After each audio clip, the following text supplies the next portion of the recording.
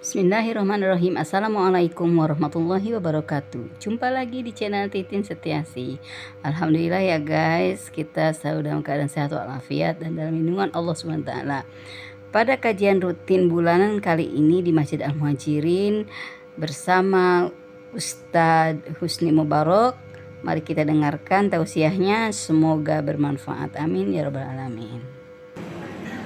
Assalamualaikum warahmatullahi wabarakatuh. Waalaikumsalam warahmatullahi wabarakatuh.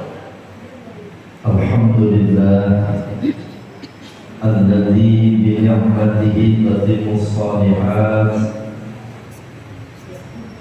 wa bi fadlihi wa rahmatihi taghfirus sayyi'at. Wassalatu wassalamu ala sayyidina wa maulana Muhammadin sayyidis sadat wa ala alihi wa ashabihi ahlil fadli wal karamat, amma ba'du. Qala Allah ta'ala fi kitabihil karim, a'udzu billahi minasy syaithanir rajim. Bismillahirrahmanirrahim. Laqad kana lakum fi rasulillahi uswatun hasanah liman kana yarjullaha wal yawmal akhir wa dzakarallaha katsiran. Wa qala Nabi sallallahu alaihi wasallam, khairukum man ta'allama al-Qur'an wa 'allamahu.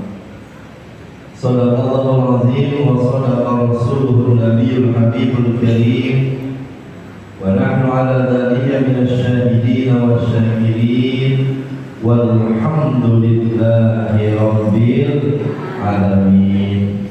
Para ibu-ibu haji, jamaah sekalian yang dirahmati Allah Subhanahu wa taala, syukur alhamdulillah di pagi yang cerah ini kita bisa hadir berkumpul di masjid yang penuh dengan keberkahan ini dalam rangka kegiatan taklim ummahat yang setiap bulan rutin dilaksanakan di tempat ini.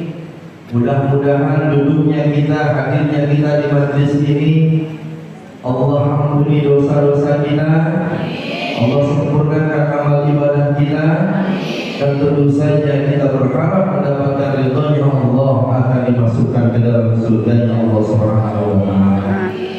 Salawat dan salam semoga selalu tercurahkan kepada insan pilihan pada kita di akhir zaman, baginda Nabi Muhammad sallallahu alaihi wasallam. Mudah-mudahan kita termasuk umatnya yang istiqomah dalam menegakkan sunnah-sunnahnya. Amin. Ibu sehat semua? Alhamdulillah. Dari jam berapa duduk di sini? Jam 7, benar saja. Subhanallah. Itu suaminya di mana? Di rumah sakit atau di rumah? Udah? Luar biasa. Hadirin wa hadirat jamaah sekalian yang dirahmati Allah, salam kenal dari saya Al-Faqih Husni Mubarak. Alhamdulillah wasilah bisa silaturahim dengan Majlis Taklim Ummahat Al-Muhajirin dalam rangka kita duduk bersimpuh berzikir, bermuzakarah, saling memberikan nasihat untuk kebaikan. Mudah-mudahan ini jadi ladang amal pahala buat kita semua. Amin. Saya di request udah aturan namanya banget lagi. Dia datang tepat waktu 8:30 Ustaz. Ya siap, saya bilang. Yang kedua, insya Allah ini ternyata tak terbukti. Yang ketiga, requestnya apa? Ngaji tentang Rasulullah Sallallahu Alaihi Wasallam. Ayatnya tadi sudah dibaca sama kolehan kita. Ya. Apa tadi ayat yang dibaca? Laqad kana lakum fi Rasulillahi uswatun hasanah.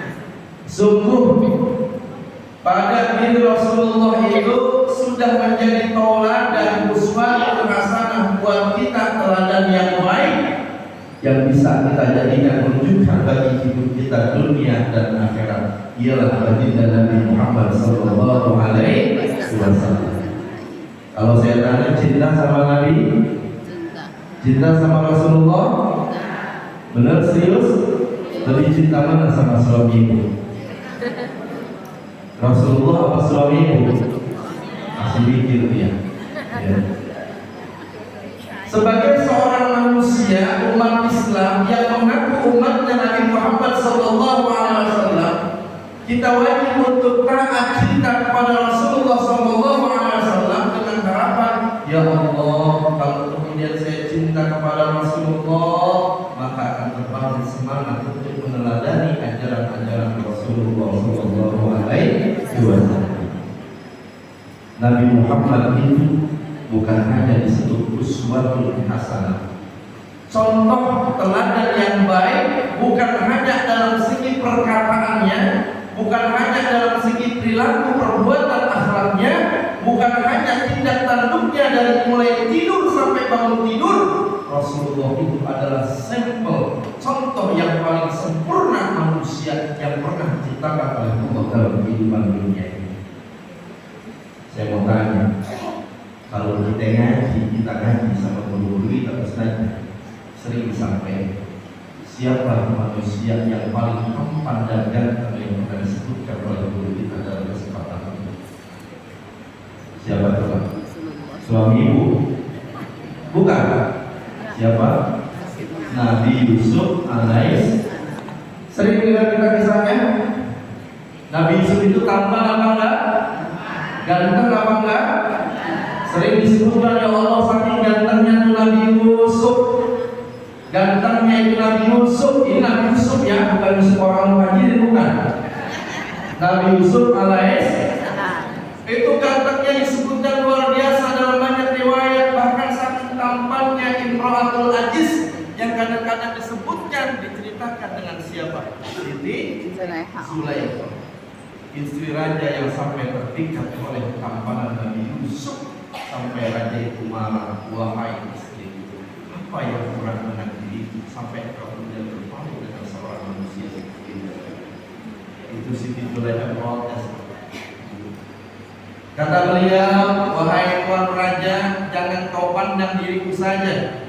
Coba kau hadirkan seluruh perempuan-perempuan yang ada di negeri ini, kumpulin dari yang muda, setengah tua sampai yang paling tua, hadirkan di istana untuk sama-sama menyaksikan tampanan Nabi Yusuf alaihissalam. Lihat apa yang akan terjadi nanti.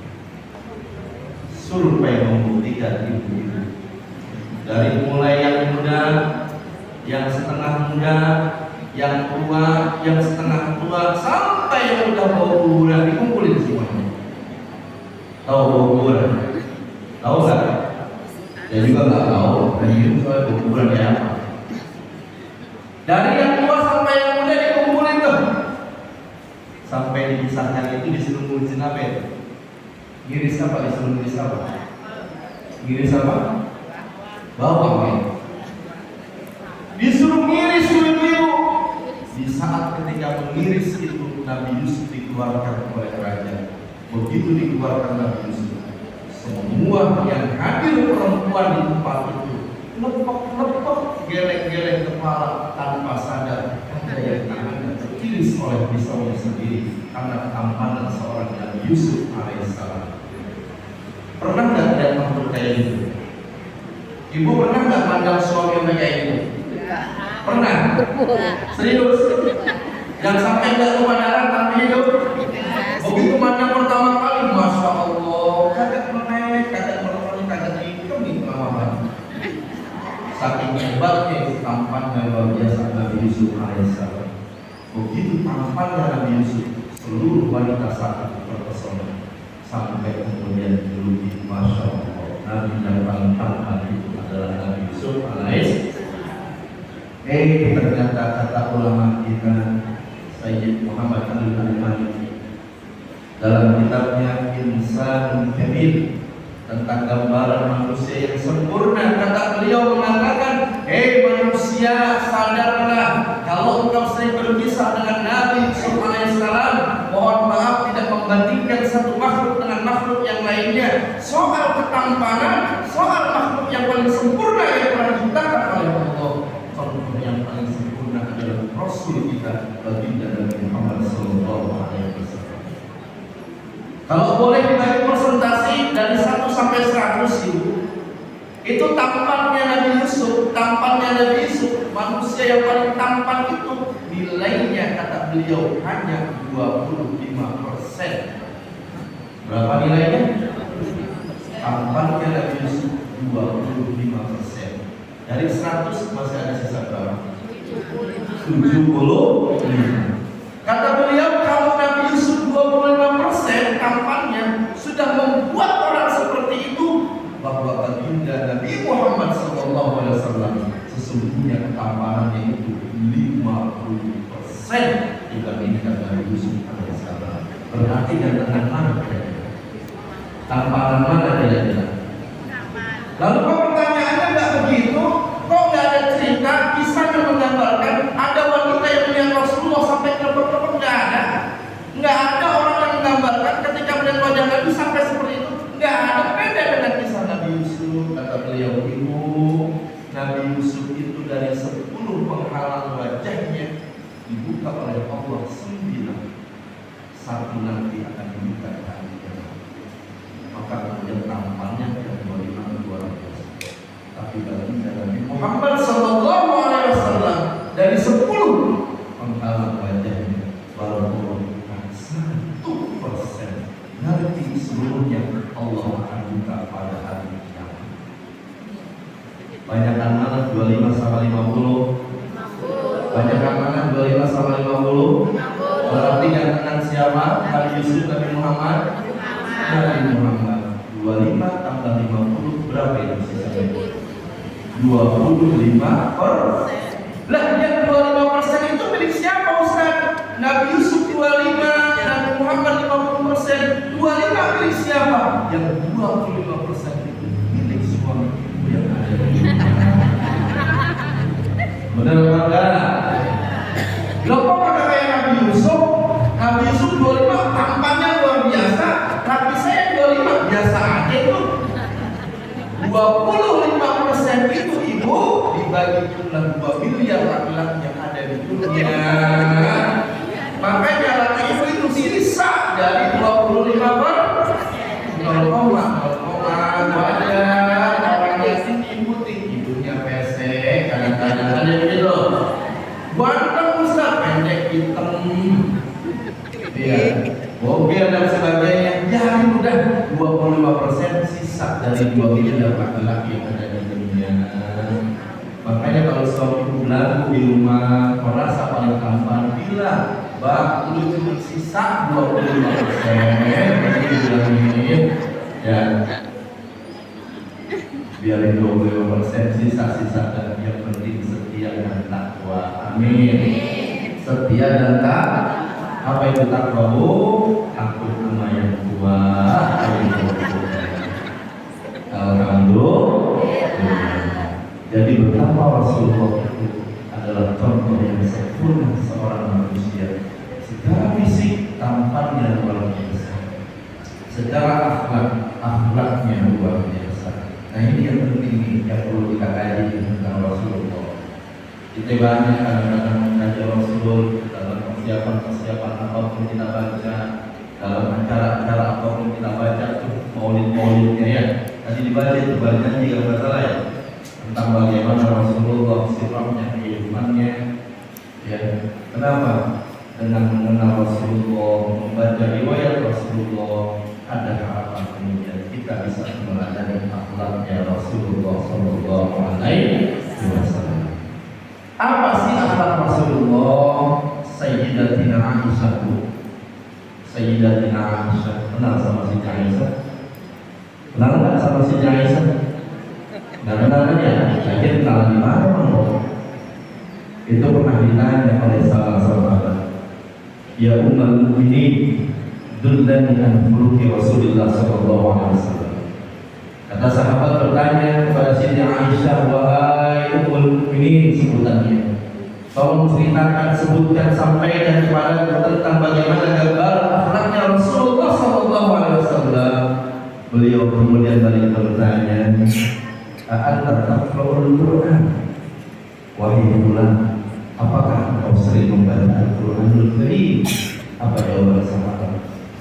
Qalu na'am ya Rasulullah.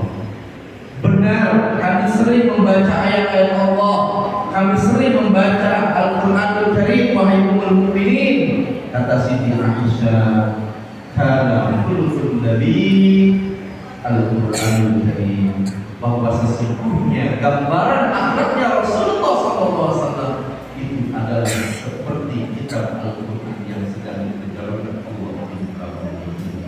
Akhlaknya Nabi adalah seperti Al-Qur'anul Karim, contoh yang baik, contoh yang sempurna. Ini yang menjadi inti kajian kita di hari ini. Kadang-kadang kita sering ngaji tiap hari, belajar tiap minggu, baca maulid tiap pengajian, tapi dalam pelaksanaan melalui akhlak Rasulullah kita termasuk orang yang jarang melakukannya. Saya mau tanya di sini, jujur ya, katakan ya, ibu sudah punya suami semua? Berapa tahun menikah? Ada yang masih nganten baru? Ada yang nganten lama semuanya? Jujur angkat tangannya. Saya akan berikan 2 pertanyaan sama ibu. Tolong jawab dengan jujur. Jangan ada dusta di antara kita. Saya tanya sama ibu. Sebab pertanyaan ini sebenarnya saya tanya sama bapak-bapak di sini. Saya tanya sama ibu. Pertanyaan yang sebenarnya saya tanya sama bapak-bapak. Dalam satu waktu saya pernah di masjid ini, saya bilang, bapak-bapak yang terhormat, yang sudah menikah, baik yang lama, yang baru maupun yang sedang, siapa yang selama menikah dengan istrinya tidak pernah diomel bersama bininya di rumah? Ini buat bapak-bapak, bukan buat ibu saat itu. Di antara banyak jamaah tidak ada satupun yang angkat tangan yang mengatakan saya selama menikah tidak pernah dimarahi sama istri saya. Enggak ada ya. Enggak ada ya. Sekarang saya mau tanya sama ibu, siapa di rumah yang selama menikah dengan suaminya tidak pernah ngomelin suaminya? Angkat tangan. Bisa ada? Weh, angkat-angkatnya ada nggak? Yang di pojokan ada nggak? Saya ulang pertanyaannya, siapa di sini yang pernah berumah tangga dengan suaminya tidak pernah sedikit pun ngomel sama suaminya? Ada? Ada? Ya Allah, umatnya Nabi apa bukan? Umatnya Nabi Muhammad apa bukan? Umatnya. Sekarang saya balik pertanyaannya, mohon jawab dengan jujur dan mohon maaf. Siapa di sini yang selama berumah tangga pernah ngomel sama suaminya? Angkat tangan. Angkat tangan. Semua. Ayo kita istighfar bareng-bareng. Astagfirullah.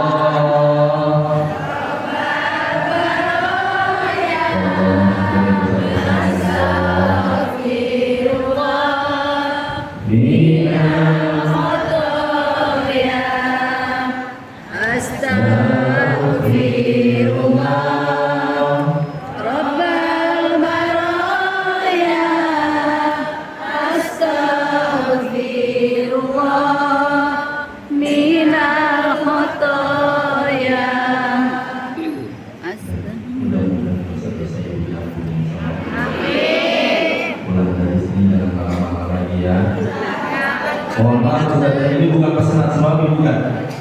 Ini bukan pesanan suami. Saya jujur ngomong begini, kadang-kadang banyak di antara kita yang dosa itu bukan kita lakukan di luar rumah, tetapi dosa itu banyak kadang-kadang kita lakukan di dalam rumah kita sendiri. Salah satunya adalah kita lupa suka ngomelin imam kita yang ada di rumah. Benar apa kagak? Benar apa kagak? Kalau kita sholat jamaah, saya tanya, itu makmumnya yang ngikutin imam apa imam yang ngikutin makmum?